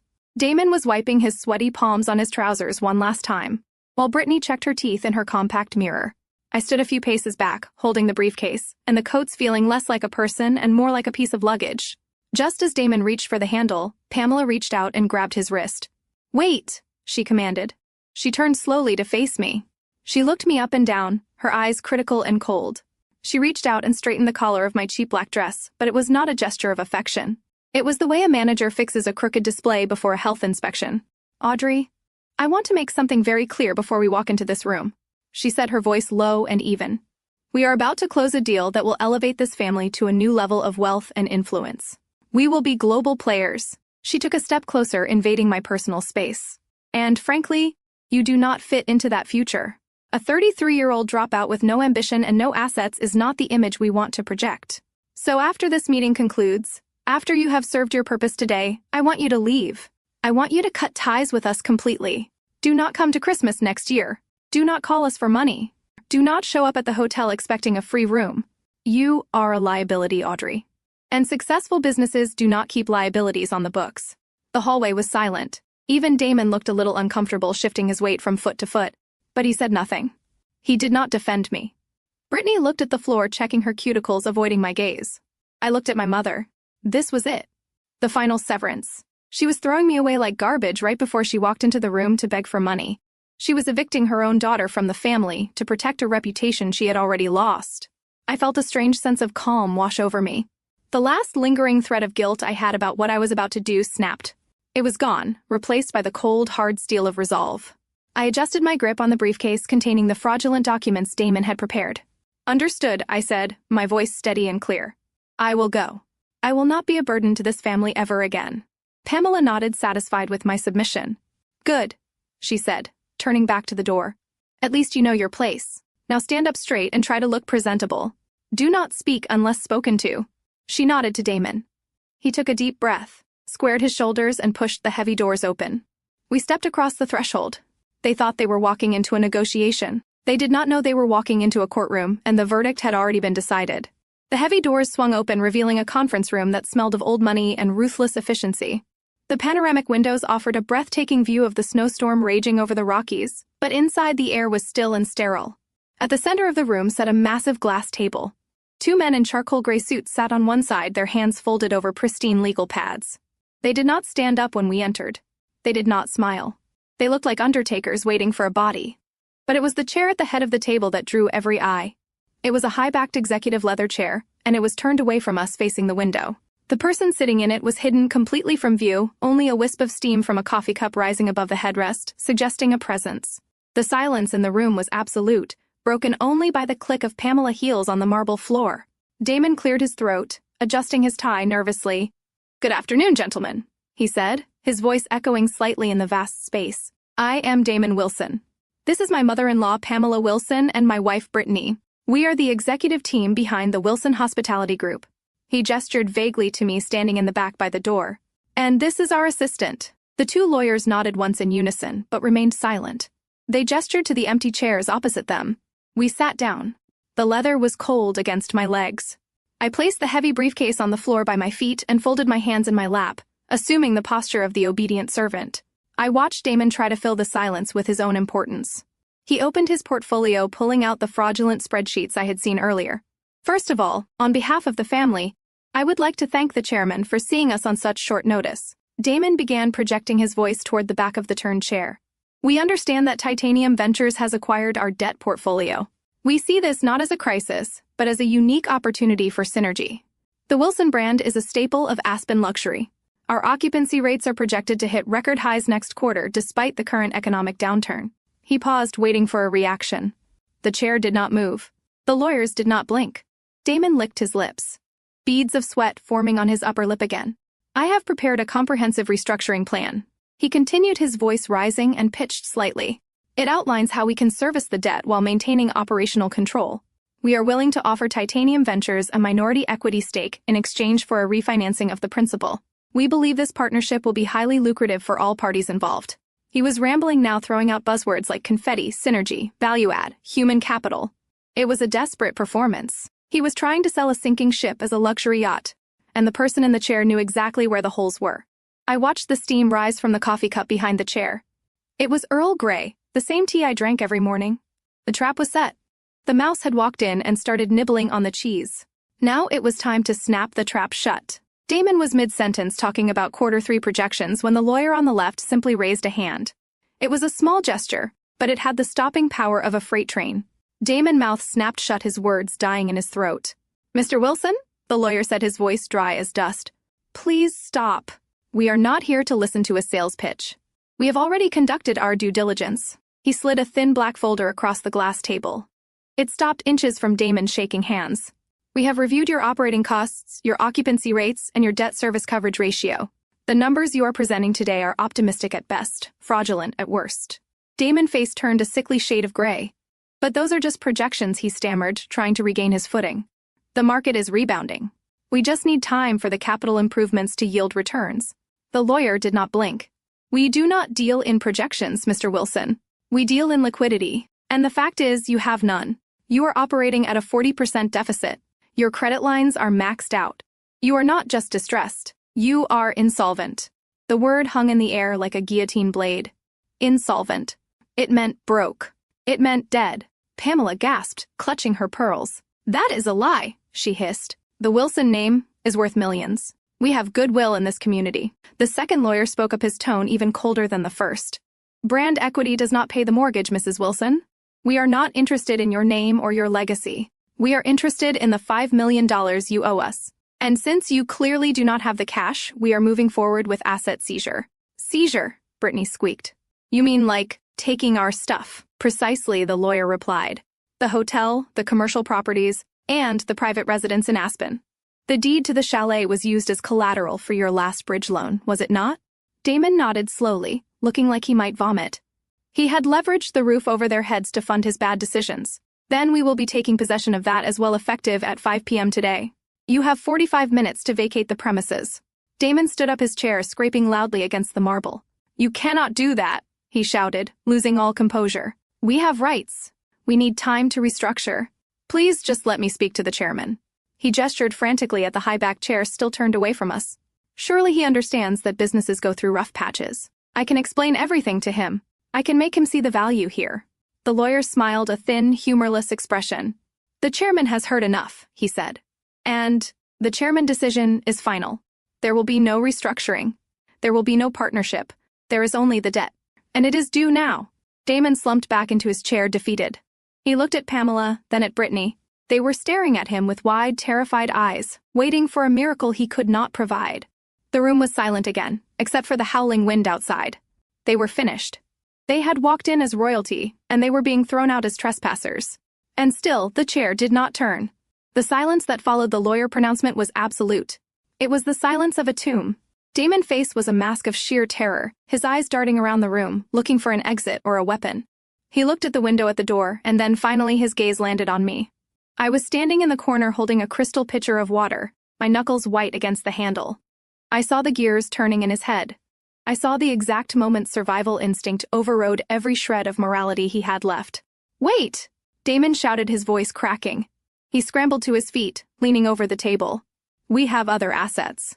We have collateral that was not listed in the initial disclosure. The lawyer raised an eyebrow but did not speak. Damon pointed a trembling finger directly at me. Her? My sister-in-law. Audrey. Brittany gasped, but Pamela remained stone-faced, watching Damon play his final card. She has a trust fund. Damon continued, the word spilling out of him in a rush. $200,000 in liquid cash and real estate. A cabin on the lake. It is unencumbered, fully paid off.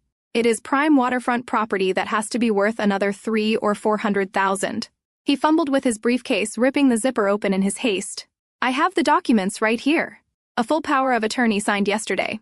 It grants me total control over her assets to use for the benefit of the family business. He pulled out the crumpled papers I had signed with a scribble the night before and slammed them onto the glass table. Take it all. Just give us an extension on the hotel. The lawyer picked up the papers, holding them by the corner as if they were contaminated. You are offering your sister-in-law personal inheritance to cover a corporate debt, Mr. Wilson, without her present consent. She does not need to consent. Damon snapped, his desperation turning into aggression. I am her legal guardian effective yesterday. She is mentally unfit to manage her own finances. That is why she is just standing there. She does whatever I tell her to do. He turned to me, his eyes pleading and threatening at the same time. Tell them, Audrey. Tell them you want to help the family. Nod your head. I looked at him. I looked at the man who had bullied me, belittled me, and now was trying to sell my future to save his own skin. He was willing to leave me destitute, homeless, and labeled mentally incompetent just to keep his status for another month. The cruelty was breathtaking. I tightened my grip on the pitcher. Then, slowly, deliberately, I set it down on the side table. The clink of crystal against wood rang out clearly in the room. I did not nod. I did not look down. I straightened my spine, shaking out the tension in my shoulders. I stepped out of the shadows and walked toward the empty chair at the head of the table. Damon's eyes widened in confusion. What are you doing? He hissed. Sit down. You are embarrassing us. I ignored him. I walked past the lawyers, who lowered their heads in respect as I passed. I walked past my mother, whose jaw was beginning to drop. I walked straight to the high-backed leather chair, the chair of the chairman, the chair of the person who owned their debt. And I stood behind it, my hand resting on the leather headrest. I stood behind the massive leather chair, my hand resting on the headrest. The leather was cool and smooth under my palm. For years I had been the invisible daughter, the disappointment, the failure. I had fetched their coffee, cleaned their messes, and absorbed their insults like a sponge. But in that moment, standing at the head of the table, the weight of their judgment simply evaporated. I was no longer Audrey the dropout. I was the CEO of Titanium Ventures. And I was done hiding. Damon stared at me, his mouth agape. Confusion roared with fury on his face. What the hell do you think you are doing? He barked, his voice echoing off the glass walls. Get away from there. That is the chairman's seat. You are going to get us thrown out before we even start. He looked at the lawyers pleadingly. I apologize for her behavior, gentlemen. She is obviously having an episode. Audrey, get back in the corner right now. Pick up the water pitcher and do your job. I ignored him completely. I smoothed the front of my cheap black dress. It was a garment intended to make me look like a servant, but now with my shoulders back and my chin high, it looked like battle armor. I walked around the side of the chair. The two lawyers who had been stone-faced throughout Damon desperate pitch immediately stood up. They buttoned their jackets and bowed their heads slightly in deferential silence. It was a subtle gesture, but to a trained eye it screamed authority. Damon, however, was too blinded by his own panic to notice. Brittany let out a high-pitched, nervous giggle. Audrey, stop it, she hissed. You are embarrassing us. Mom, tell her to stop. Pamela glared at me, her eyes narrowing. Audrey, get down from there this instant, she commanded. You are making a fool of yourself. Do you want to be disowned right here in front of strangers? I looked at them one last time. My mother, my sister, my brother-in-law. They looked so small from where I was standing, so petty. I pulled the chair out. The wheels glided silently over the plush carpet. I sat down. The leather creaked softly as I settled into the seat. I placed my elbows on the glass table and interlaced my fingers, staring directly into Damon's eyes. The room went deathly quiet. Damon's face went from red to white in the span of a heartbeat. He looked at me, then at the lawyers who were still standing waiting for my signal, then back at me. The realization hit him like a physical blow. He staggered back, slightly gripping the edge of the table for support. I think you are mistaken, Damon. I said, my voice calm and ice cold. Your place is on the other side of the negotiating table. This seat is taken. The silence stretched until it hummed. Damon was staring at me like I had grown a second head. His mouth opened and closed like a fish on dry land, but no sound came out. It was Brittany who finally broke the spell. She let out a short, high-pitched giggle that sounded more like a hiccup. She looked around the room searching for someone to share the joke with, but nobody was laughing. Audrey, seriously, stop it. She squeaked nervously, smoothing her skirt with trembling hands. You are acting weird. This is not the time for one of your little protests against capitalism or whatever this is. Get up. You are wrinkling the leather. She looked at the lawyers, flashing them a bright, apologetic smile that looked painted on. I am so sorry about her. She is a little unstable. We are handling it. Just give us a second to get her under control. Pamela stepped forward, her face tight with suppressed rage. She reached out as if to grab my arm, but stopped short when one of the lawyers shifted his stance, blocking her path. Audrey, get up this instant, she hissed. You have humiliated us enough. Do you want to be arrested for trespassing? Get back to the corner and pour the water before I call security myself. You are ruining everything. I did not move. I did not even blink. I simply leaned back in the chair, interlacing my fingers on the cool glass surface of the table. I looked at my family standing there in their expensive clothes, looking small and pathetic. For the first time in my life, I was not looking up at them. I was looking down. They were shouting orders at a ghost, at a version of me that no longer existed. I turned my gaze to the man on my right, ignoring my mother completely. Mr. Sterling, I said, my voice steady and authoritative. Is the paperwork in order? The lawyer straightened his tie and turned his body toward me, ignoring Damon and Pamela as if they were furniture. He bowed his head slightly, a gesture of genuine respect that he had never shown Damon. Yes, Madam Chairman, he replied clearly, his voice carrying to every corner of the room. The asset liquidation files are ready for your signature. We have also prepared the eviction notices as you instructed. The security team is on standby in the lobby to escort the previous owners off the premises once the meeting is concluded. The words hit the room like a physical blow. Madam Chairman. Brittany's smile vanished instantly, replaced by a look of slack-jawed horror. Pamela froze, her hands still outstretched in midair, her eyes widening until they looked like they might pop out of her skull.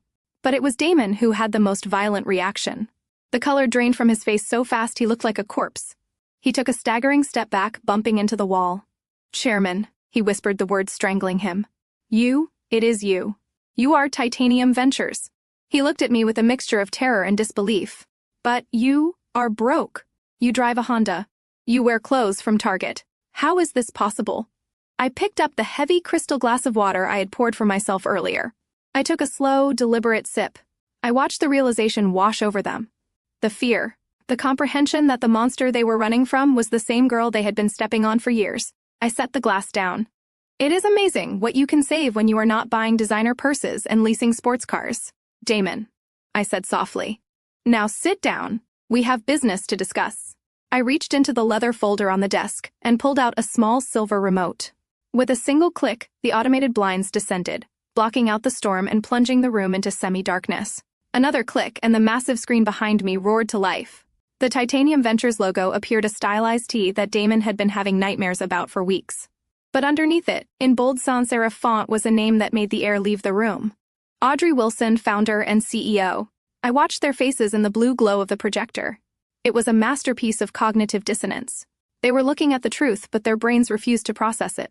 To them, I was the failure, the medical school dropout, the charity case. They could not reconcile that image with the woman who controlled a billion-dollar portfolio. You thought I dropped out of medical school because I could not handle the pressure. I said, my voice cutting through the silence. I dropped out because I was bored. I was trading distressed equities during anatomy lectures and making more in a week than a surgeon makes in a year. I realized that saving lives was noble, but saving companies was profitable. I clicked the remote again. A timeline appeared showing a series of aggressive acquisitions over the last 5 years. Manufacturing plants in Ohio, tech startups in Silicon Valley, and now a failing hospitality group in Aspen. I specialize in identifying incompetence. I continued standing up and walking slowly around the table. I find companies with good bones but bad leadership.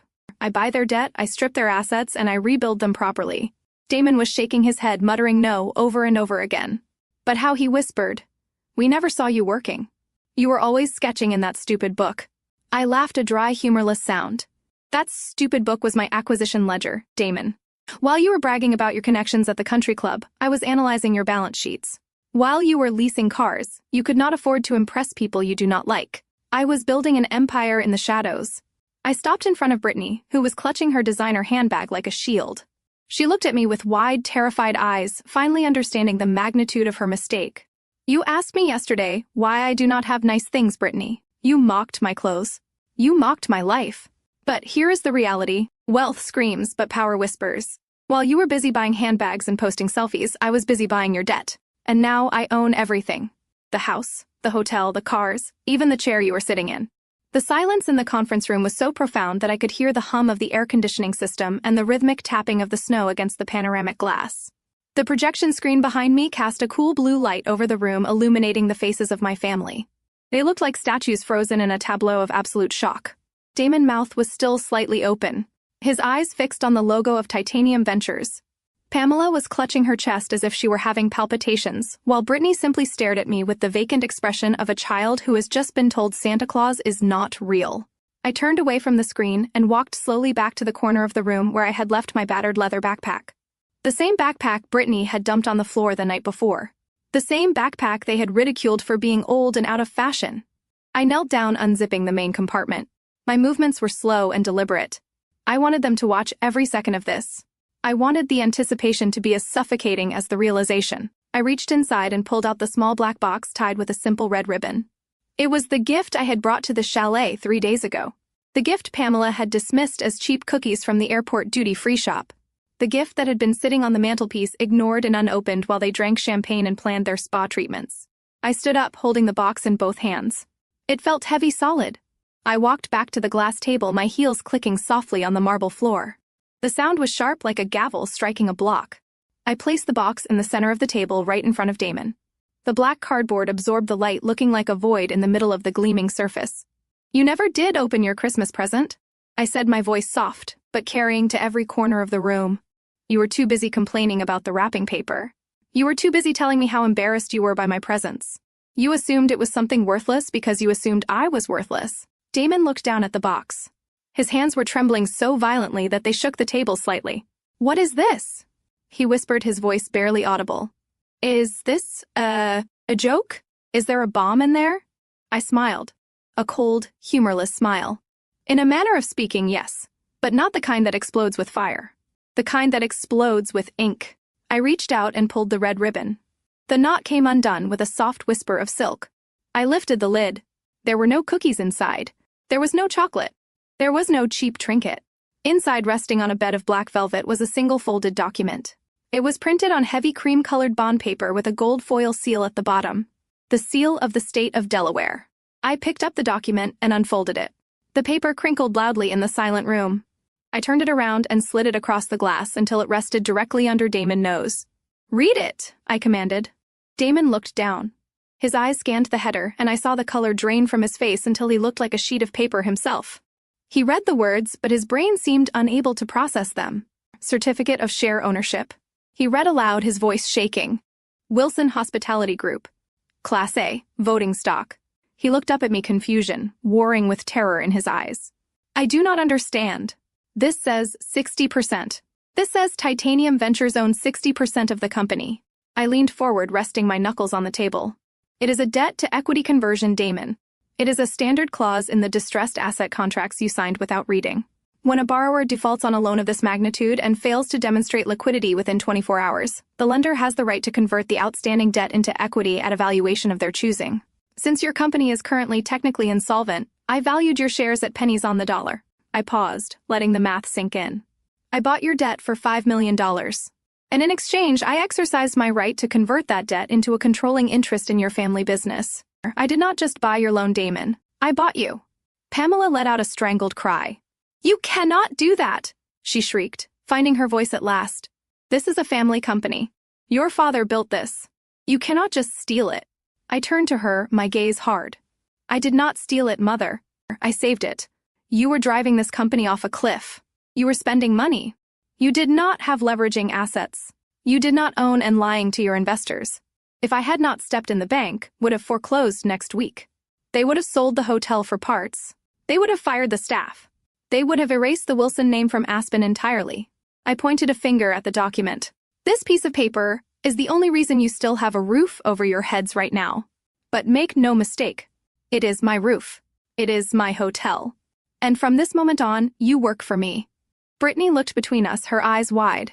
So wait, she stammered. Does this mean we are still rich? Or are we poor? I am so confused. Damon slammed his hand on the table, making Brittany jump. We are nothing, Brittany. He roared, his control finally snapping. She owns 51%. She owns the board. She can fire us. She can liquidate us. She can do whatever she wants. He turned to me. His face twisted with hatred. You planned this. You planned this whole thing. The silence. The sketchbook. The cheap clothes. You wanted to humiliate us. I picked up the black box and closed the lid. I did not plan for you to be incompetent, Damon. I did not plan for you to be cruel. That was all you. I just provided the capital. And as for the humiliation, you did that to yourselves. You spent years treating me like I was invisible. You thought I was weak because I was kind. You thought I was stupid because I was quiet. You never stopped to think that maybe I was just watching, learning, waiting. I looked at the lawyers who were watching the scene with professional detachment. Mr. Sterling, please record the transfer of shares in the official minutes. And please note that the former CEO, Damon Wilson, has been relieved of his duties effective immediately due to gross mismanagement and attempted fraud. Damon jaw dropped. You cannot fire me, he sputtered. I am the family. I looked him dead in the eye. Not anymore. In business, there is no family. There are only shareholders. And the majority shareholder has just spoken. Pack your things, Damon. You have 10 minutes to clear your desk before security escorts you out. And take the black box with you. Consider it a severance package. It is the most expensive gift you will ever receive. I watched them crumble. The arrogance, the pride, the entitlement, it all turned to dust in the face of that single piece of paper. They had opened the box expecting a treat and found a guillotine, and I was the one holding the rope. The air in the conference room had turned brittle enough to snap. Damon stood by the glass table, staring down at the share certificate that had just ended his career. His face was a map of ruin. The arrogance that had defined him for the last decade had evaporated, leaving behind a hollow, desperate man who realized he was standing on a trap door that had already opened. I sat back in the leather chair watching him unravel. It was not a pleasant sight, but it was a necessary one. Mr. Sterling, I said, breaking the silence. Please note for the official record that Damon Wilson is hereby terminated from his position as CEO of Wilson Hospitality Group, effective immediately.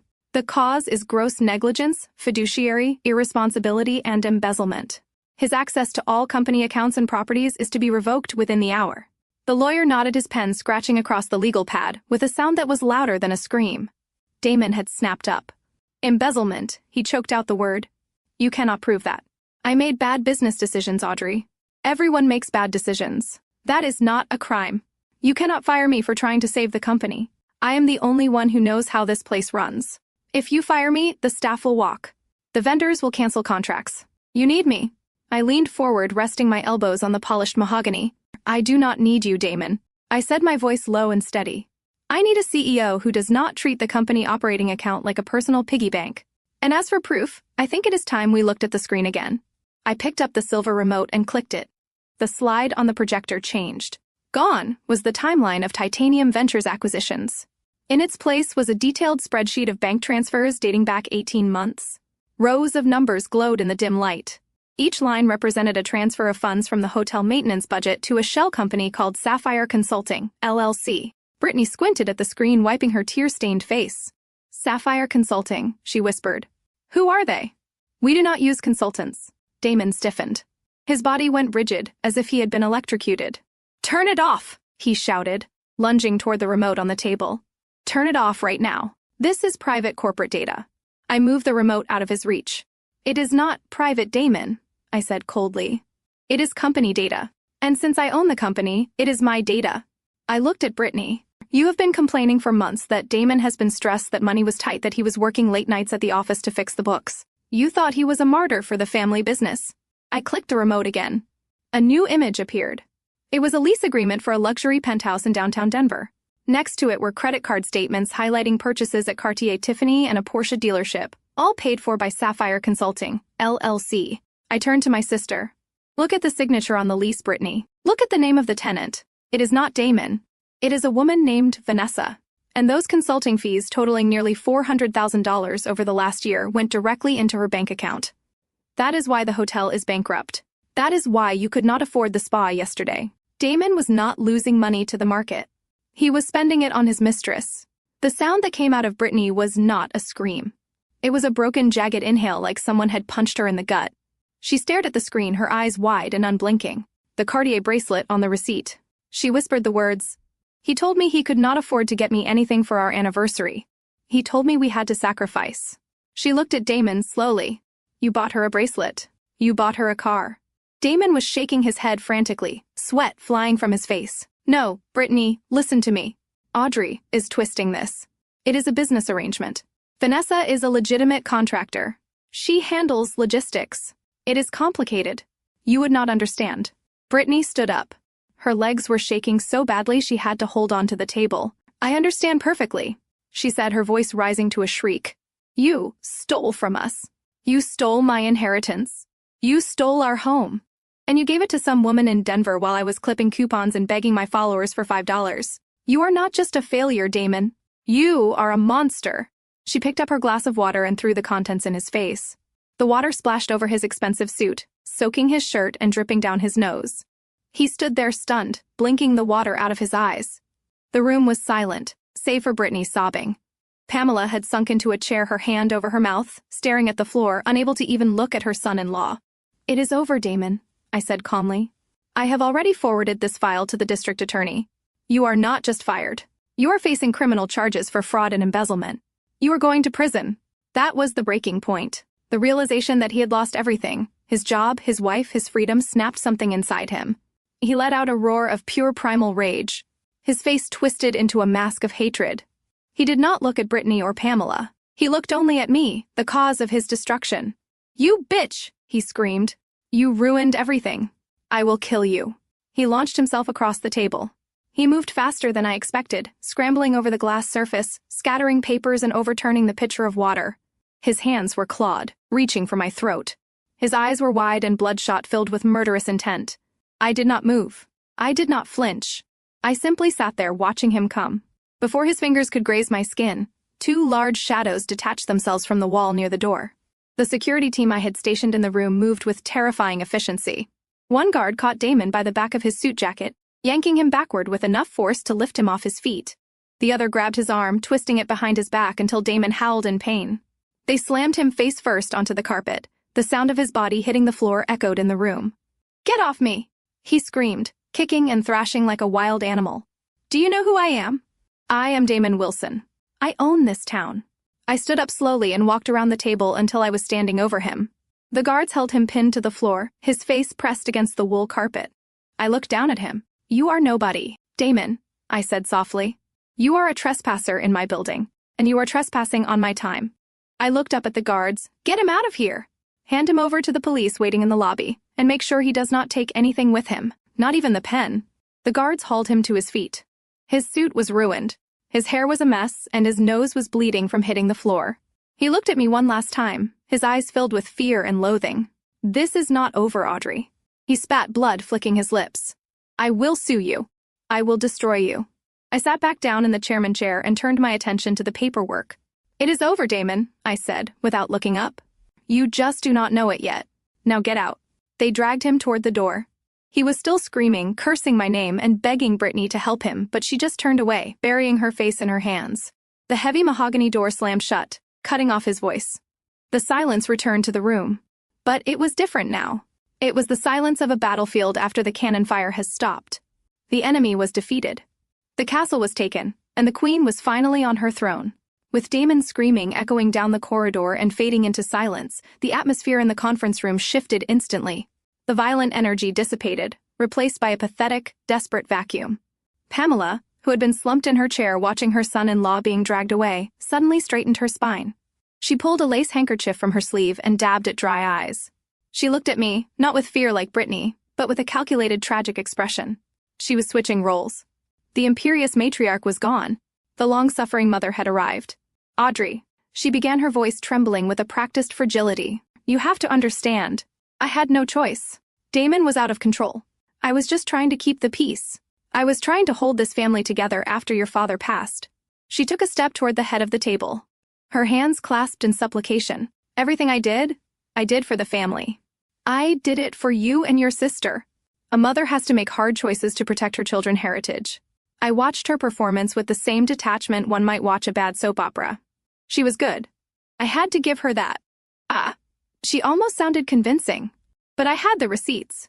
I had the years of neglect, the insults, the emotional manipulation stored in my memory like data on a hard drive. "Stop," I said. The single word cut through her monologue like a knife. "Do not come any closer. And do not insult my intelligence by pretending you were a victim. You were not a bystander, Pamela. You were the architect. You encouraged Damon spending. You appraised my cabin behind my back. You were ready to sell my father's legacy to buy yourself another season of galas and champagne." Pamela froze her mask, slipping slightly. "But I am your mother," she whispered. "You cannot leave me destitute. You cannot throw me out into the snow. Think of what people will say." I leaned back in the leather chair, tapping my pen against the glass table. "You are right," I said. "I am not a monster. I do not believe in leaving family on the street regardless of how toxic they are. I have made arrangements for you." Hope flared in her eyes. She thought she had won. She thought she could manipulate her way back into comfort. "Thank you, darling," she breathed. "I knew you had a good heart. I can stay at the chalet then." I shook my head slowly. "No, the chalet is a company asset, and it is being liquidated to cover the debts you incurred. You are moving to a facility I have selected. It is called Pineview Gardens." Pamela frowned. "Pineview? I do not know that one. Is it near the St. Regis?" I suppressed a cold smile. "No, Mother. It is in the valley. It is a state-licensed elder care facility. It is clean. It is safe. And it is average. Strictly average. You will have a semi-private room, which means you will have a roommate. Meals are provided in the cafeteria at set times. Lights out is at 9. Pamela's face went pale. "A roommate," she gasped. "A cafeteria. Audrey? You cannot be serious. That sounds like a prison." "It is not a prison," I corrected. "It is reality. It is the life you can afford with zero assets and no income. I have prepaid your residency for 1 year. After that, you will have to rely on Social Security." "But my lifestyle," she stammered.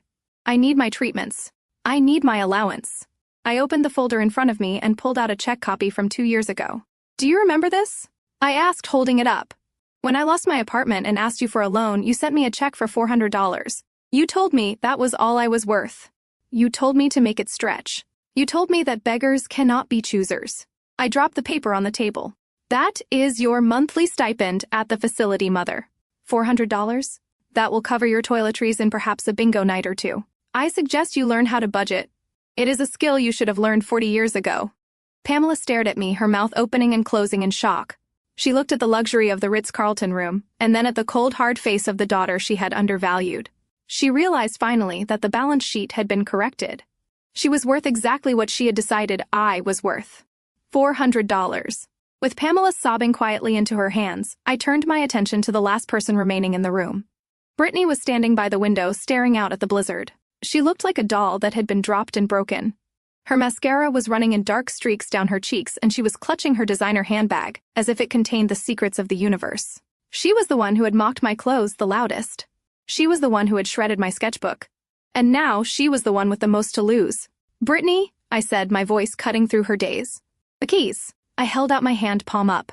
She blinked at me, confused. "Keys," she repeated stupidly. "Keys to what?" "The house." "You already said you were taking the house." "The car, Brittany," the first clarified. "The Porsche Cayenne parked with the valet downstairs. The one you have been posting on Instagram all week with the caption, 'Blessed.' It is a company vehicle. It was purchased with funds embezzled from the hotel maintenance budget. Legally, it belongs to Titanium Ventures, and by extension, it belongs to me." Brittany clutched her bag tighter, stepping back. "No," she whimpered. "You cannot take my car. How am I supposed to get home? How am I supposed to pick up Leo from the nanny? You cannot leave me stranded in a snowstorm." I did not lower my hand. "I am not leaving you stranded. I have arranged for a shuttle to take you and Leo to a motel near the airport. But the Porsche stays here. It is a $50,000 asset, and I intend to liquidate it to recoup some of the losses your husband caused. Now give me the keys." She stared at me, her lower lip trembling. Then, with a sudden burst of defiance, she shook her head. "No, it is my car. Damon gave it to me for my birthday. It has my name on the registration." Mr. Sterling stepped forward, clearing his throat. "Actually, Mrs. Wilson, the registration is in the name of Sapphire Consulting LLC, the same shell company your husband used to pay his mistress. Technically, you have been driving a stolen vehicle for 6 months." The color drained from Brittany's face, leaving her looking sickly and gray. She looked down at the keys in her hand as if they had turned into snakes. Her husband had bought her a car with the same money he used to betray her. The symbol of her status was actually a symbol of her humiliation. She dropped the keys onto the glass table. They landed with a heavy clatter next to the black box. "Fine," she whispered, tears spilling over again. "Take the car. Take it all. I am leaving. I am going to book a flight to Cabo. I need to get away from this family. I need to think." She turned to leave, reaching into her bag for her wallet. I watched her pull out her Platinum American Express card. The card she used to buy $300 lunches and designer shoes. The card that had never been declined in her life. "I would not bother with that if I were you, Brittany," I said softly. She froze, card in hand. "Why not?" she asked, her voice shaking. "Because that card is linked to the corporate account," I continued. "The same account I just froze. Mr. Sterling contacted American Express 10 minutes ago. Your credit limit is 0. Your bank accounts have been locked pending the forensic audit of Damon fraud. You have no access to cash, no access to credit. You are completely insolvent." Brittany looked at the card, then at me. "But I have nothing," she gasped. "I have no money. I have no car. My husband is going to prison. My house is being seized. What am I supposed to do?" I looked at her, the sister who had never worked a day in her life. The influencer who thought taking selfies was a career. "You are going to have to do what the rest of the world does, Brittany," I said. "You are going to have to get a job. Real work.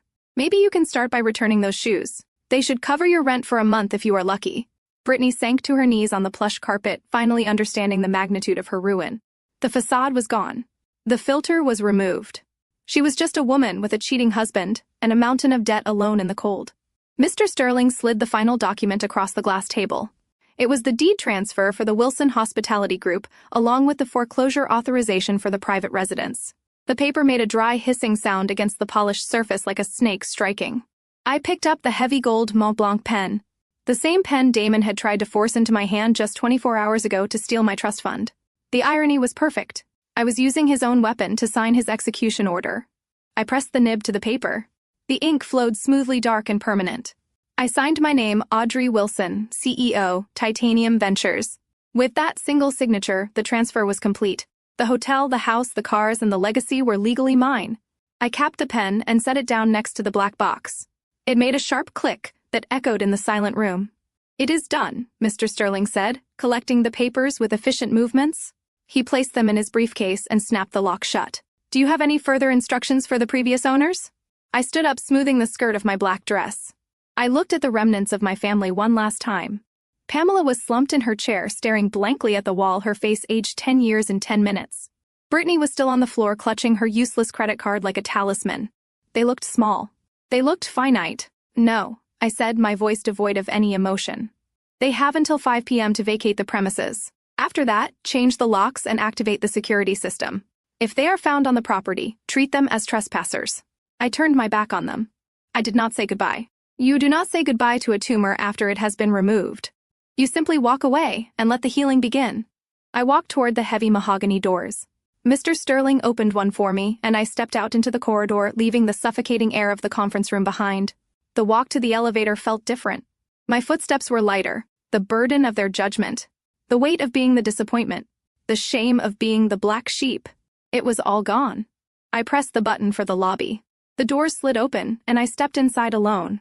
As I descended the 50 floors, I checked my reflection in the mirrored walls. I did not see a victim. I saw a victor. The lobby of the Ritz-Carlton was bustling with guests seeking shelter from the storm. But as I stepped out of the elevator, the general manager hurried over. He had been briefed. "Ms. Wilson," he said, bowing slightly, "your car is waiting at the main entrance. The valet has already brought it around." "Thank you," I replied, pulling on my coat. I walked through the revolving doors and into the biting cold of the Aspen afternoon. The wind whipped my hair, but I did not feel the chill. Parked right in front of the entrance engine, idling with a low, powerful purr, was not a Honda. It was a Rolls-Royce Phantom jet black with tinted windows. The Spirit of Ecstasy hood ornament gleamed against the white snow. The valet opened the rear door. I slid into the back seat, sinking into the hand-stitched leather. The warmth enveloped me instantly. My driver, a massive man named Cole, looked at me in the rearview mirror. "To the airport, Ms. Wilson," he asked. "The private jet is fueled and ready for takeoff." I looked out the window at the hotel rising above me. Somewhere on the top floor, my mother and sister were packing their bags, preparing to enter a world of mediocrity they had always despised. They had spent their lives calling me the black sheep. They thought I was the outcast, the weak link. They never realized that the black sheep is often just a wolf in waiting. "To the airport, Cole," I said, settling back into the seat. "We have a new acquisition in Tokyo to discuss." The car pulled away from the curb, moving silently and powerfully through the snow, leaving the Ritz-Carlton and the Wilson family in the rearview mirror. I watched them disappear into the whiteout until there was nothing left but the road ahead. The screen faded to black. The story of Audrey Wilson offers a brutal but necessary masterclass in the difference between perceived status and actual power. The Wilson family's downfall was not just financial. It was a failure of perception. They were so obsessed with the aesthetics of wealth, the brands, the parties, the social hierarchy that they completely lost touch with the mechanics of value. They mistook Audrey's silence for weakness and her humility for incompetence. This is a fatal error in both business and life. Never confuse the volume of someone's voice with the depth of their capability. Audrey represents the archetype of the quiet professional. She teaches us that the most dangerous person in the room is not the one shouting orders or bragging about projections. It is the one listening, observing, and taking notes. While her family was busy signaling their importance, she was busy building it. She demonstrates that true power does not need to announce itself. It does not require validation from others because it is self-sustaining. Furthermore, the narrative highlights the strategic advantage of being underestimated. Being the black sheep or the outcast gave Audrey a cloak of invisibility. It allowed her to maneuver without scrutiny. She turned her family's neglect into her greatest asset, using the time they ignored her to outpace them. The ultimate takeaway is that revenge is best served not through arguments or emotional outbursts, but through absolute, undeniable success. You do not need to tell people they are wrong about you. You simply need to wait until the results speak for themselves. In a world full of noise, be the signal. Stop broadcasting your plans and start building your empire in silence. Please subscribe my channel Daily Reddit Readings for more updates.